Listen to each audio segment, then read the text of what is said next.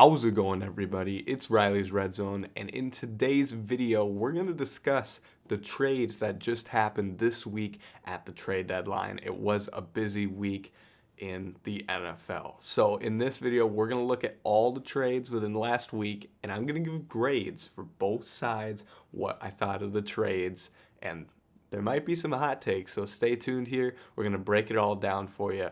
Let's get right into it. Let's start by talking about the Leonard Williams trade. The Giants decided to trade Leonard Williams to the Seattle Seahawks.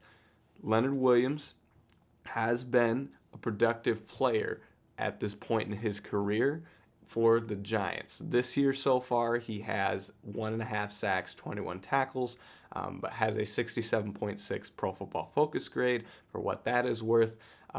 It's really been, I think, Dexter Lawrence that's been dominant on that line, but Leonard Williams at this stage in his career has still been a really nice piece for them. But I think what is interesting here is let's talk about the actual details of the trade is where I start to, agree with one team and maybe disagree with another. The Giants are able to fetch a second-round pick next year and a fifth in 2025 for Leonard Williams, who is heading to the Seahawks. So once again, Leonard Williams has been a solid player on the defensive line, bringing some pass rush to the Giants. But I'm going to be honest, getting a second-round pick and more is really impressive. And looking at the contract, there's kind of a void year next year, so it's almost a 1-year deal, potentially expiring contract. To fetch a second-round pick, I think, is truly impressive. So from the Giants side, I'm going to give this one an A. Yes, Leonard Williams has been a very, very solid player for them the last few years, but I think the return on this is phenomenal, and I can easily understand why they were willing to let go. I also don't really think they're in a ton of playoff contention this season, and so to be a little bit of sellers at the deadline, I don't disagree with here. There's going to be a lot of other players that they might want to take care of for the future. Williams is only getting older, and so I can understand moving on, and I think this return was great. Now for the Seahawks. As I've said, Leonard Williams is a solid player, but I think this is the type of move you make if you think you're in Super Bowl contention this year. And I just don't quite get that sense from the Seahawks team. I think that could they make a run right now? Potentially. I mean, they are now almost in the driver's seat of the NFC West. I wonder if that played a little bit of part in why they're doing this, but I think that this is just a little bit too much of a reach for me for, as mentioned, a guy who either way, if you're giving up this much, even if you get another year with the whole voided thing, like you're going to need to potentially extend him if you're wishing to keep him anyways. I just think this is a little bit too heavy of a package to kind of send away with your future, because I don't think they're a Super Bowl team this year. This is a type of win-it-all type of move, and I don't quite agree with that. So for me, I'm going to give the Seahawks a D in this trade, which I know is low. It's a solid player, but in this case, what brings it down, I think it's just too much of a cost. You start talking maybe a third or a fourth, I maybe think about it, but I think a second-round pick is a little bit too hefty of a cost. Now, this next trade, at least on paper, is a little bit, we're bringing the stakes down a little bit. We're talking about Kentavius Street going from the Eagles to the Falcons. And I think this is a prime example of just let's get a deal done. Both sides benefit from it. I mean, Street has not played a ton this year. He's only at 87 snaps, has not graded out the best. But throughout his career, he's kind of had some up and downs. He's had some production at times in San Francisco and New Orleans. He's had maybe about 6 sacks combined over the last few years in New Orleans.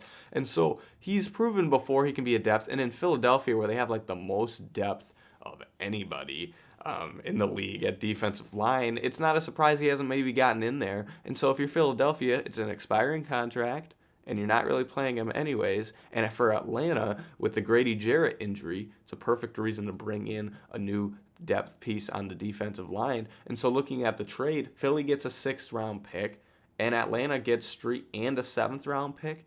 I'm going to just give this an A for both sides. This is a win-win scenario. Street wasn't giving a ton to the Eagles, but he might give something to the Falcons, and there was not really a ton in return for the Eagles, I guess, but it's an expiring contract, so you might as well get rid of it because you honestly might have been thinking about cutting him anyways. And for Street, he gets an opportunity in Atlanta to go get playing time. He's probably going to start for them, it looks right now. So I think this is a win-win trade. I'm giving both an A. This was a beautiful executed trade. I like it from both sides. This next one I find very interesting. This was maybe the first the actual day of the deadline, the first big kind of domino to fall here is Montez Sweat getting traded from the Washington Commanders to the Chicago Bears. And this one, there was a lot of rumors about the Washington defensive ends. Was it going to be one of them? We'll talk about what happened later. But if they were going to trade one, when this news first comes out, it was, okay, they're getting rid of Montez Sweat, and they send him to the Bears. Sweat has been productive so far this year in 2023. He's had 6.5 sacks, the 2 forced fumbles, and is grading out well by Pro Football Focus as well. But he, has that athleticism that I think with both their defensive ends, and we'll talk about once again, both of their defensive ends, they kind of took off of upside, athleticism, bend, and maybe neither of them have really performed up to that 1st-round pick, or we'll talk about once again with Chase Young, that super high pick potential, but they've been productive players, and I even talked about it in my picks video for this week. I think losing them against the Patriots is enough to potentially change that game. Now, here's the deal. The Washington Commanders get a 2024 2nd-round pick, which on paper to me was going to be about on the money. I mean, I think a 2nd was fair for this. 3rd would have been okay, but a 2nd is decent, right? But then to also get it from the Chicago Bears, this could be maybe the 1st pick of the 2nd round at this point.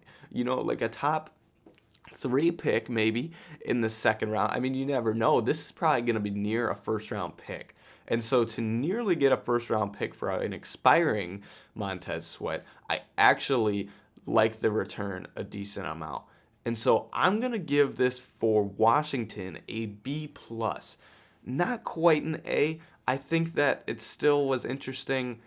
The one factor I didn't know how much to weigh in here, but I think I weighed in more in the future trade, is when you give up both edge rushers. I didn't expect them to do that. Here, though, I do think 2nd round was valid. I think it was a really good player that I'm surprised they were willing to trade away, but I like the move for them. I think a B+ is very solid. I think it was a good move from Washington. Now, this next one for the Bears is where it gets tricky. There's an element that's already coming into question when he did his opening press conference. They're not going to probably get a contract done with him right away. He said he wants to look around at the scenario, which is understandable. There's reports that he wanted to go to Atlanta, his hometown, and they did not do that. So then you already now have that fear of if he hits the open market, he's probably not coming back. And you just traded, once as I just said, almost a 1st-round pick for this guy. So if you could secure that Montez Sweat is going to be traded for this 2nd-round pick and be extended, I'm giving this a B+ at least, because he's a solid player. Yes, quite a bit in return. You do have to be careful. This is the same front office that gave that 2nd-round pick up for Chase Claypool last year. But Montez Sweat, I think, has higher upside than what Claypool ever had at his position. And I would give this a B+. But there is already some fears. I'm not going to knock him too much because they probably could get a deal done. But for now, I'm going to give this a B. I like it. If he doesn't sign an extension, I'm quite disappointed in the deal. If he does, it raises up to a B+. If he doesn't, I'd give it a B-, a probably C+. So for now, I'm going to just sit at a B. But it could go up or down, truly dependent if he gets this extension done. Let's transition over to a quarterback. A quarterback was traded at the deadline, and it is to the Minnesota Vikings from the Arizona Cardinals. We're talking Josh Dobbs, a rocket scientist himself. And, I actually think this is another one where it's a win for both teams. If you're the Vikings, you just had your injury go down. You had Kirk Cousins tear his Achilles, ruptured. He's out. I was worried for the Vikings that they were going to push their chips in a little bit too much this year and give up.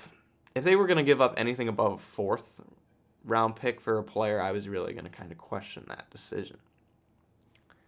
But I also knew that who they have at the quarterback position, they don't have a ton of sure things right now, especially with, they have a rookie, of course, in Jaron Hall, who they're going to start, but then even behind it, Nick Mullins is currently on injured reserve.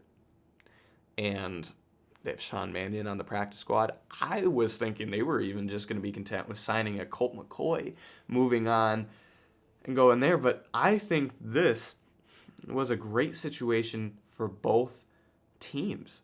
This is a guy who Josh Dobbs has started the whole year for Arizona, has had, some ups and downs for sure, not a perfect player.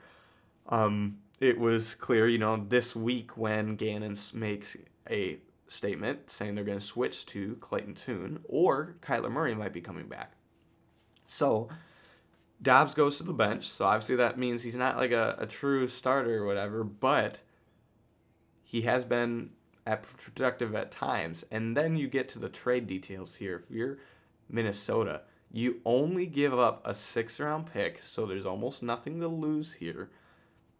6th-round picks don't turn into star players very often. There's quite a bit of good players, but you're not losing a ton here by giving up a 6th, and you get Josh Dobbs back and the conditional as well, which I haven't quite seen yet, but I'm assuming it has something to do with playing time this season. And even if you don't, I like it, but if you even just get a free 7th, that's pretty cool too.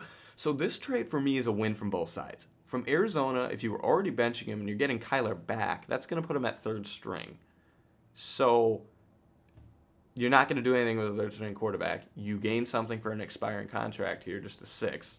I like that. And then if you're Minnesota, you get a potential option if Jaron Hall is not a competent quarterback here. And it's just a win from both sides. I really like this deal for what was on the table. I think that this is a really good deal from both sides. Vikings double dip. They get back into the trade, portal here, and they trade one of their linemen, Ezra Cleveland, to the Jacksonville Jaguars. And so this one I think is interesting. There's quite a lot of elements here to talk about. Let's start from Jacksonville's side. Let's talk about the player first. Like, Ezra Cleveland is a solid guard. He was taken as a tackle out of Boise State, and then had to make the transition to guard because it was, a better fit for who the Vikings have on their roster. It ended up being a better move for him to play guard, and he's been solid. He's been producing, not perfect all the time, but, he's grading out as a top 10 guard from PFF, from what that's worth, and he has been a consistent piece for them over the last few years on a offensive line that's had a lot of question marks. Then you look at this trade where the Vikings just get a 6th-round pick and the Jags get Ezra Cleveland. For the Jaguars, as a player, for a 6th-round pick, this is an absolute robbery steal. Now, it is an expiring contract, yes, but I love this. For a team that has the largest winning streak in the NFL, the Jaguars think they could make a run at it this year. Looking at their depth chart, no matter what, this adds a huge depth piece to their team. I don't know if he's going to start or not. It looks like they're going to play, they have Walker Little, who was also a former tackle at guard. It didn't look like anyone really this season has been struggling, per se, on the offensive line. So at worst, you add a good depth piece if an injury occurs for when you're going to make a playoff run. He might eventually start, though. I think he has a higher upside at left guard than Walker Little does. So from a Jaguars perspective, even if you don't even extend him for a 6th-round pick to get this quality of player, I'm giving it an A. And so the Vikings side of it, there's a lot of elements here. And so I'll tell you this. I know I'm even like right now considering it's going to be somewhere in the C range here. There's pros and cons to this. The biggest downfall I have with this trade for the Vikings is I don't think it was enough in return. I think they could have gotten a lot more in return for a guy. I think they could have at least gotten a 5th, but probably a 4th, in my opinion, for how well Cleveland has played. You can't get quality starting offensive linemen very easily in this league. And for that reason, I think that diminished it. If it was straight up just saying that, I mean, this is like a D. But there's a lot of reasons why this grade goes to a C or higher. I mean, I kind of realize now that I'm not going to count it this way, but you get your 6th back that you gave up for Josh Dobbs. So, I mean, if you kind of think about it, you trade your Ezra Cleveland for Josh Dobbs. That's an interesting way to look at it. I actually think that's a win for the Vikings. But the reason this is more comfortable to me and why it's not like a D is they've had some players step up on the offensive line, specifically Dalton Risner. I talked about that you can't find free agent or to get linemen very easily in this league. Dalton Risner sat on the market for this whole summer for some reason. Finally found a spot in Minnesota. He's been balling out. He's bringing energy to that team and is really solidified. I mean, he's played well in the absence of Ezra Cleveland. And so it's because of that you're willing to give up some asset here in Ezra Cleveland. You also, this week, they activated Chris Reed from an injury list, so they're going to get him back at depth. So it's really because they felt comfortable with their depth that they're willing to trade this away. It is an expiring contract as well, so they get advantage of that. And so I still think the return is a little low, but I can see the morale behind it, so I'm going to give it a C+. This trade, I think, has value from both sides. Specifically, the Jaguars get a great player for a cheap price, but for the Vikings, you do at least gain something here. Now, let's talk about this next trade. This one puzzles me for one of the teams. Chase Young, who this year, coming back from the injury, finally starting to find his rhythm. 5 sacks already this year. He and Sweat have been a dynamic duo now for a few years. Of course, Young has been dealing with the injuries, but he's been a productive player. He's finally coming into stride. And I'll tell you, when I'm sitting down and I see that Montez Sweat has been traded, my first thought was, okay, the Commanders had 2 DNs on expiring contracts, and they are choosing one of them. They're choosing Young, which I think was the right choice. Higher upside still. They picked him number 2 in the draft for a reason. I thought that's the direction they're going. Then I see the report that now that they've traded Montez Sweat, they're willing to trade Chase Young. I didn't get the morale behind that. But they do it, and what's shocking to me is, yes, Montez Sweat has been more productive this year and everything, but I think Chase Young is more on the ascent. He gets less than Montez Sweat. It's a 3rd-round pick for a former number 2 overall pick who, to me, is starting to get better. And I just can't believe that you only get a 3rd-round pick for that. I know that he's dealt with the injuries. He's not lived up to his 2nd overall pick potential, but he's, I think, back on the way up. And all you get is a 3rd, and let alone it's a 3rd from a team that is going to be in playoff and potential Super Bowl contention. The 49ers do it again, back-to-back years at the deadline. Last year with Christian McCaffrey. They go out and get Chase Young here. Once again, it is an expiring contract, but this is the type of move you make if you're the Niners and you're on a Super Bowl push here. This is an electric. Him and Nick Bosa on the same defensive line. Unbelievable. I mean, this is an upgrade. This is highway robbery for the Niners. For what they need and what they're looking to do, this is the type of move. This is I criticized the Seahawks earlier because I didn't think they were quite there. Yes, Seahawks have a better record, but I just don't think that they're actually going to be a Super Bowl contender right now. The Niners, I think, could be. So for that purpose, I also just look at the fact that Leonard Williams goes for a second, which is higher than this, and an extra fifth, is why I graded the Seahawks lower compared to this. I'm giving this an A for the Niners, and I'm giving it a D from Washington. I didn't give him an F because I can understand it's an expiring contract. They're looking to fully sell the rebuild, I guess. But I'm telling you, I look at that roster now, and I just don't see many building blocks without those two edge rushers. So I thought they were going to choose between one of them, but to lose both is just kind of brutal to me.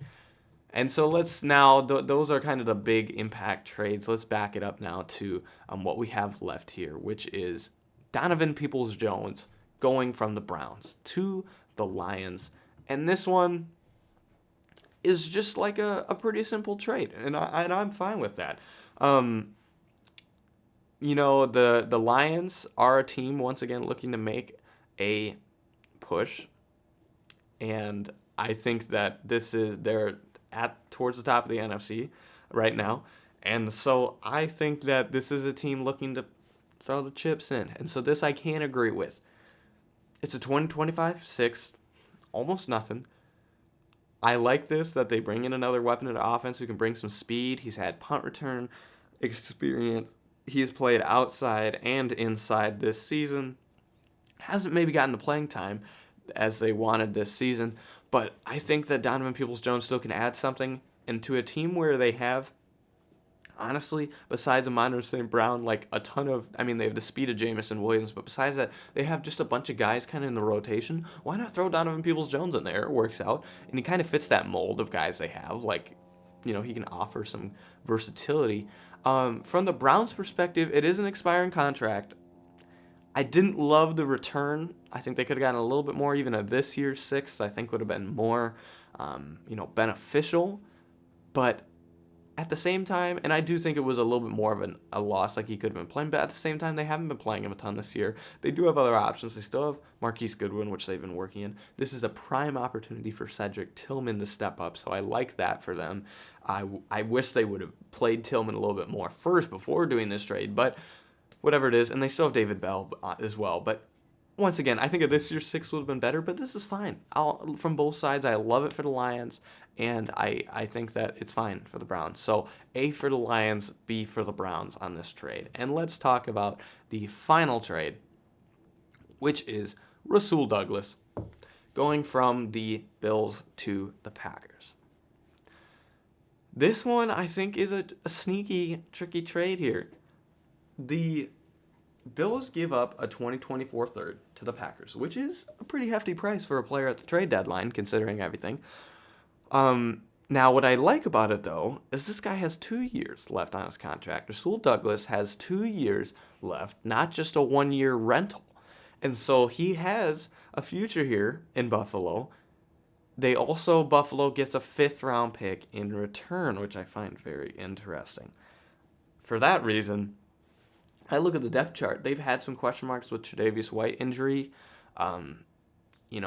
Elam, for example, hasn't quite yet turned into, I think, what they needed him to as a first-rounder. They've got Benford playing an extensive amount. They just have kind of had a rotation of guys. I like this. Rasul Douglas fits their system. He's been a baller the last few years for Green Bay. And then to also get a 5th-round pick, I really like this trade. I look at their depth chart, and he instantly becomes their best corner. And for a team looking to make it their window, oh my goodness, this is giving me vibes of some teams where their window has been the last, what seems like an eternity, but I think it's at this point maybe been 4 years of an actual chance at a Super Bowl, and they haven't made it quite there yet. They need to right now put all their chips in, because otherwise they're not going to make it at all. And so I think that this is a perfect type of trade that A third, yeah, is a decent amount, but to also get a fifth back and the player, 2 years worth, they needed a corner badly. This is an A for me from the Buffalo Bills. I love this trade for them. I think it changes the game.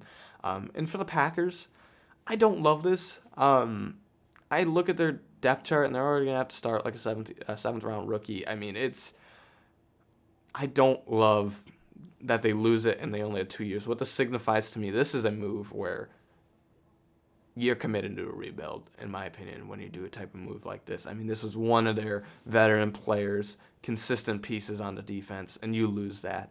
So, but a third-round pick is decent return. If you're going to be selling at the deadline, I think that a third-round pick, now you give up the fifth, I just don't like a ton as well, but a third is not a terrible return, so I'm not going to knock them too much. It's a fine trade, so I'll give the Packers a C. Once again, I just think it's a big loss, and they didn't get crazy ton, but that's what I got there. So with that being said, those are my grades at the deadline, and so had a variety. I think we used every letter at some point in this video. So those are my grades for the trade deadline this year. We'll see what happens next year. Thank you so much for watching this video, and I'll see you in the next one.